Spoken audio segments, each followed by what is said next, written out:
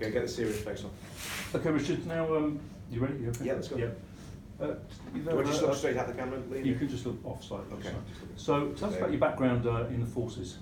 Yeah, basically, I served in the forces in the late 80s and early 90s, primarily in Northern Ireland. Did a 2-year tour of duty in Northern Ireland, Palace Barracks, from 1987 to 1989. Met a girl in Northern Ireland, fell in love with her.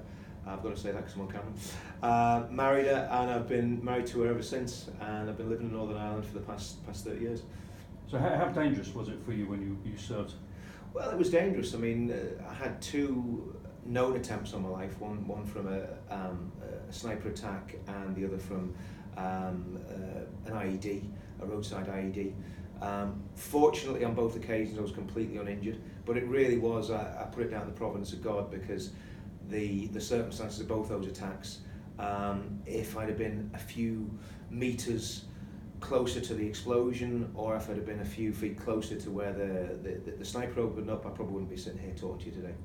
So how do you feel then when you attend like a Tommy Robinson rally, or you do a speech in Hyde Park when people are calling you like a Nazi and a racist when you've served your country?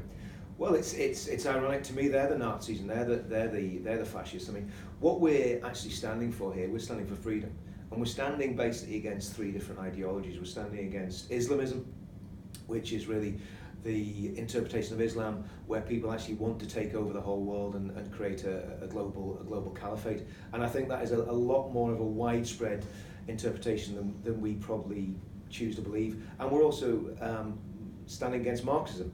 And again, those 2 ideologies, between the 2 of them, are responsible for probably 500 million deaths and certainly 110 million for communism, Marxism, and I think it's about 240 million for Islam, but that doesn't count a lot of other things like famines and other consequences of Islamic conquest.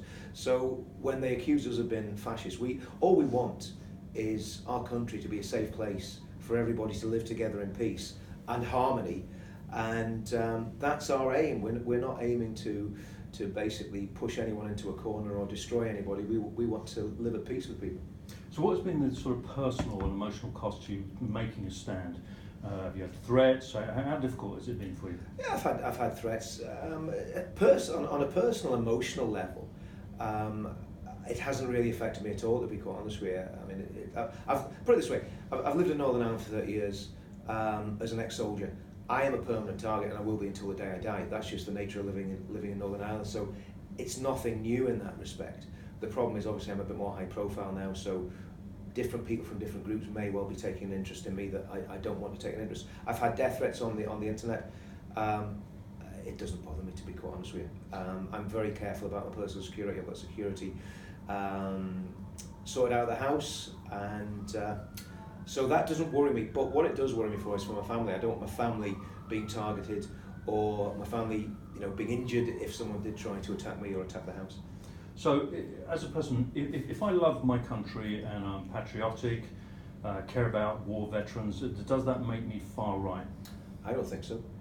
I mean, if you look, the reality of the situation is, our movement has far more in common with Winston Churchill, with the heroes of old that everybody looks up to. We far more in common with people like that than we have with Adolf Hitler. It's ridiculous to call us far right or extremist. What I believe is what I've always believed, and I don't believe I've changed. I believe what's happened is the body politics changed, and it's gone so far to the far left that anything that is, to the right of Chairman Mao is now called a Nazi. So that's the situation that we're in, and that is the problem. So is the Islamization of the country, is it exaggerated? I don't believe it is. If you look at the demographics and if you look at the facts and the figures, there is a huge increase. I mean, I'll give you an example. The immigration figures that are so often touted. There's around 250,000 people. It's called net migration. Net migration figures are around 250,000 people a year. Now, what that doesn't account for is that the actual number of people coming into the country is not 250,000. That you take away the amount of people that are leaving. So the actual figure of people coming into the country is closer to 700,000 people a year. Now, who are those people? Where are they from? What countries are they coming from? And it seems more and more that the percentage of those people, the Daily Telegraph report, I think published in 2014, said that 49% of people coming into the country are from a Muslim background. So there is 100% Islamization. The figures back up what we're saying, but also what's happening in politics backs up what we're saying. We've got and I'm not saying it's a good thing or a bad thing, we've got a Muslim Home Secretary, we've got a Muslim Mayor of London. Up and down the spine of the country, Muslim politicians are getting into positions of power. If you walk into any inner city area, you will now see women wearing the hijab, you will see men wearing traditional Islamic dress from Pakistan or from Arab countries. And to me, that's Islamization. And then of course you've got the scandal of the rape of up to 1 million white English girls and Sikh girls by predominantly 87% of them were Muslim men. The vast majority of them were Pakistani and Bangladeshi. So the Islamization is happening, it's real. The government's terrified of Islam, it's terrified of offending the Muslim community, because what they're afraid of is blowback. And instead of actually dealing with the problem, what they're doing is they're appeasing the problem and then attacking the people that are highlighting the problem. And obviously that is a big, big issue. And that's why we get demonised and we get vilified and we get called far right. So what do you think about multiculturalism? Do you think it's working? No, multiculturalism's failed. I mean, the idea of multiculturalism was that cultures would basically come and live in their own communities. Multiculturalism is not integration. What I want to see is proper integration. I want to see every person in this country proud to be British, whether they're from a Pakistani background, whether they're from an Indian background, whether they're from a West Indian background, whether they're from an African background, wherever they're from. If they're from Wales, if they're from Northern Ireland, I want to see everybody in this country saying, I'm proud to be British. This is what I am. I'm proud of my country. We've got the greatest country in the world. But what multiculturalism has done, it's allowed people to be ghettoised and stay in those ghettos. And obviously even worse than that, when you go to places like Bradford and Blackburn, what you see is it's become a monoculture, and that monoculture is Islam. If you go to Dewsbury is basically a part of Pakistan that's been parachuted into West Yorkshire, and that is a big, big problem. It's a big problem because that undermines proper community cohesion. It undermines a genuine integration issue where people are able to live together and to be proud of the country, and the country holds together because of that common patriotism, that common love for the United Kingdom that I think we should all have, because I think this is still the greatest country in the world. So do you fear for the future of our children? Yes, absolutely. I mean, I made a speech this morning, and basically the speech this morning I said, where are the men of England? You know, if we don't do something, our daughters and our granddaughters will be wearing burqas. And I don't think that's an exception. I know that's gonna trigger a lot of people, but it's the only way that we can illustrate what is going on.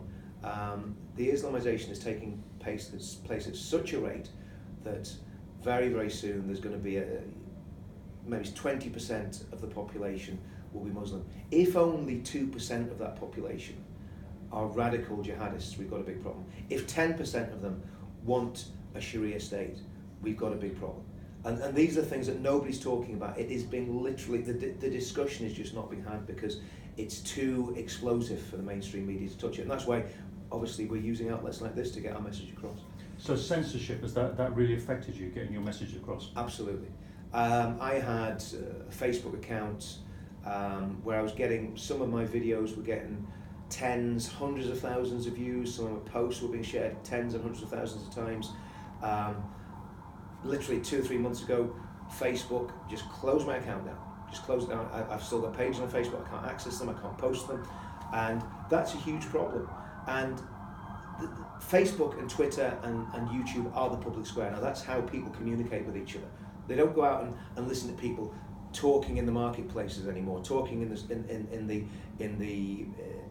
preaching on the street or whatever people used to do, 200 years ago. It's all done through social media now.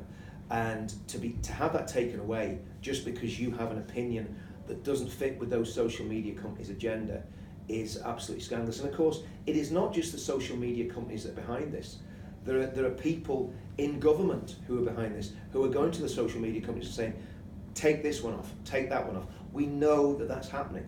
And of course, in Facebook itself, Nick Clegg, the weeping Deputy Prime Minister of the United Kingdom, is now I think their head of marketing and head of PR. So he has huge influence and huge sway in who's on their platform and who isn't. So do you have a plan, the way forward of getting your message across? We've got to persevere on the social media platforms that we're on. The problem that we've got is we are self-censoring. I'm very cautious about what I say, and I shouldn't have to be cautious about what I say. I've never incited violence. I've never asked for anyone to be hurt or said anything racist in any of my videos. But I have criticised the ideology of Islam, and I've criticised it with passion. I can't do that anymore, because if I do that, I'll lose my platform. And that is self-censorship is probably the worst form of censorship. But what can you do if you speak your mind? You're going to be closed down.